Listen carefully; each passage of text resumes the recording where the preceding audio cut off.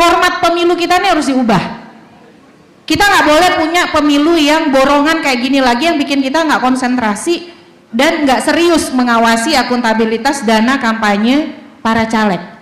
Oleh karena itu kami di Perludem tuh usul gitu, reformasi keuangan partai melalui revisi undang-undang partai politik, penguatan skema alokasi dana negara untuk partai, karena negara harus investasi untuk institusi yang memproduksi pejabat publik kita, supaya partai tidak dikooptasi oleh oligarki pemilik modal gitu.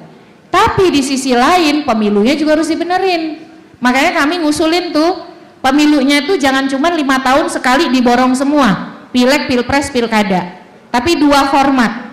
Ada pemilu serentak nasional, memilih DPR, DPD, presiden, lalu 2 tahun berikutnya pemilu serentak daerah atau lokal, memilih DPRD dan kepala daerah. Jadi kita tuh agak lebih konsen begitu, memperhatikan proses politik di tingkat nasional dan proses politik di tingkat daerah. Sama yang kedua adalah soal kaderisasi. Tadi Pak BM sudah menyebutkan, putusan MK 114 tahun 2022 itu memberikan tawaran solusi. Kata MK, sebaiknya caleg yang mau maju DPR itu jadi kader dulu 3 tahun, baru bisa jadi caleg DPR.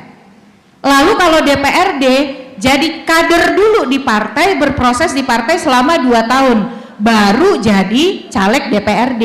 Jangan baru 2 hari langsung jadi ketum gitu.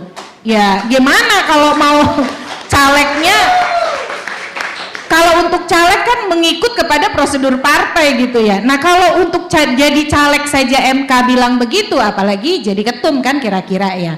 Ya teman-teman kira-kira sendirilah. Nah, dalam konteks itu makanya kita harus koheren nih, reformasi partai di satu sisi, tapi di sisi yang lain reformasi sistem pemilu juga harus kita selalu dorong.